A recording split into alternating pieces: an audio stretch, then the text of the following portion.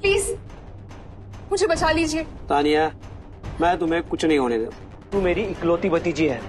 ये फैसला आपका था सत्यपाल, अब शिकायत मत कीजिए। ये देहरादून है, आप सेंट्रल की सेक्रेटरी है, इसका मतलब ये नहीं कि आप मुझे जलील करो। अब कुछ भी कहने का वक्त चला गया है।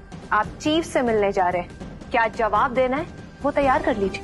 ठीक है, आपने तो हद ही कर दी।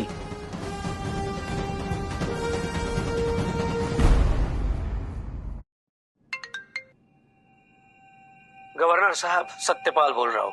कुछ नहीं, यहाँ पे एक छोटी सी सिचुएशन खड़ी हो गई है, आपका आना जरूरी है। अरे सत्यपाल जी, टेंशन में लग रहे हो, क्या बात है? कुछ नहीं गवर्नर साहब, यहाँ पे एक सेंट्रल की सेक्रेटरी आई हुई है और वो कह रही है कि मेरी भतीजी ने किसी नेशनल हीरो का अपमान किया है। अभी आप ही बताइए, नेशनल हीरो ऐसे बस स्टैंड पे घूमता हुआ मिल जाएगा?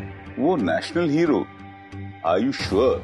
अरे अब मैं थोड़ी आपके साथ मजाक करूंगा, लेकिन ये सेंट्रल की मैडम है जो कुछ समझ ही नहीं रही है।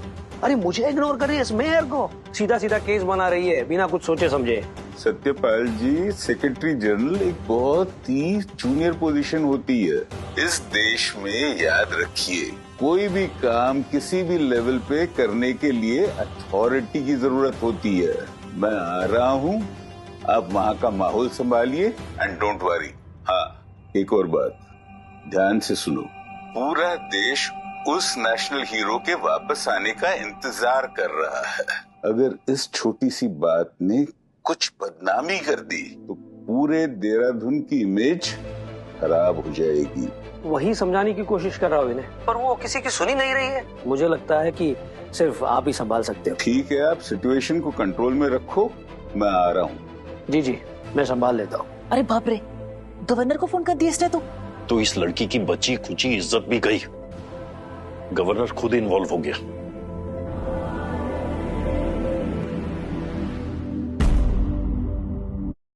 अंकल, मुझे पता था आप चुप नहीं बैठोगी।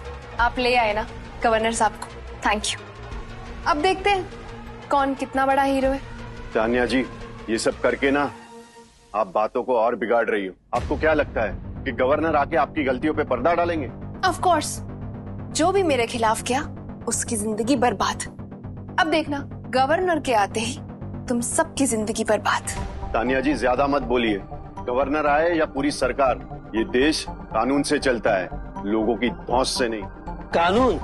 देहरादून में मैं कानून हूँ, देखता हूँ किसमें हिम्मत है मुझे रोकने की। बहुत बड़ी बातें कर ली है सत्यपाल जी। आज जो सब हुआ है ना, मैं वर्ड टू वर्ड चीफ को रिपोर्ट करूंगी। कर लो, रिपोर्ट कर लो मैडम। आप जिस पावर पे भरोसा कर रही हो ना, वो असली पावर के सामने कुछ नहीं है। चीफ मुझे किसी एक मामूली क्रिमिनल के लिए मुझे पनिश करेंगे, इस मेयर को। और तू बहुत उड़ रहा था ना, बहुत बड़ा आदमी समझ जाता खुद को। चल अब जो। तानिया, अब हद हो गई। ये आदमी देश का हीरो नहीं है, क्रिमिनल है ये। और अगर मैं इसको यहाँ पर जमीन में गाड़ भी डालू मार के, तो भी मेरा कोई कुछ नहीं बिगाड़ सकता। तानिया को छेड़ना मतलब पूरे देहरादून को छेड़ना। सब खत्म। अगर अब चीफ भी आ जाए ना, तो जनार्दन को नहीं बचा पाएंगे।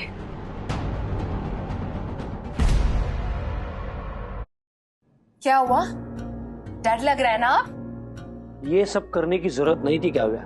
आपने एक फ्रॉड का साथ देके अपना खुद का ही नुकसान करवा लिया है।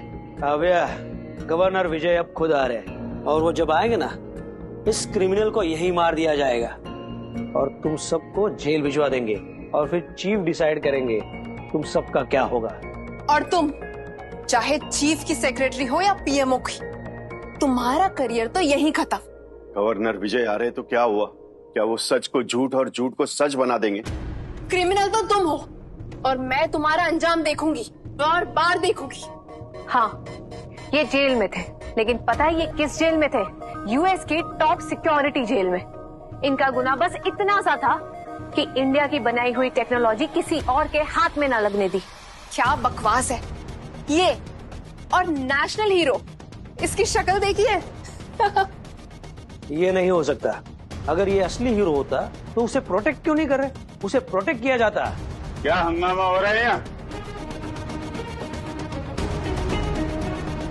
आइए गवर्नर साहब। गवर्नर सर, यही है वो लोग जिन्होंने मुझे और मेरे अंकल सत्यपाल को फंसाया है, एक झूठी कहानी बनाकर। प्लीज आप हमारी हेल्प कीजिए।